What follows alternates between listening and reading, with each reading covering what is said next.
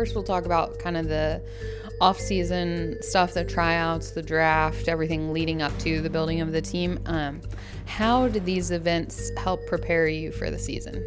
For myself personally, I basically just tried to draw on all the experiences that I had in the G League. This was my 5th season being a part of a G League team. So, I'd been a part of the tryout process, I had been a part of the draft process, and basically what I did was, as best I could, draw on my experiences personally and also lean on other people who had had experiences with similar situations in order to help me personally and to help everybody through it. So, and the reality is when you go into something that you haven't done before, that's a new position for you, you really just need to draw on the experiences of yourself and the others around you for help throughout that process.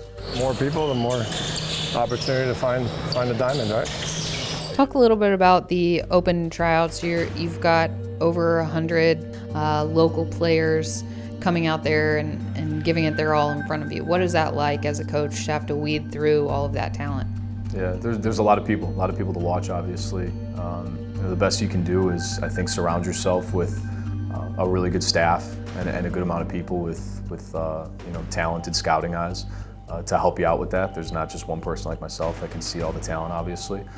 So we had a really good staff that had eyes on all these players. In that short amount of time, you got to figure out as a coach what exactly it is that you're looking for. Okay. Good job, guys. Okay, now we'll go into training camp. What were your expectations and goals going into that?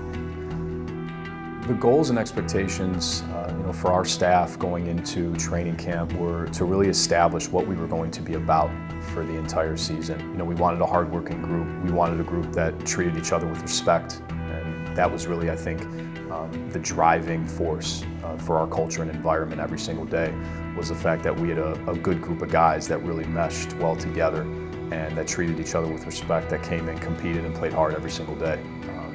And for us, the message was the results at the end of the day will take care of themselves if we take care of those things. What was the biggest difference in leading a training camp as a head coach from when you were an assistant?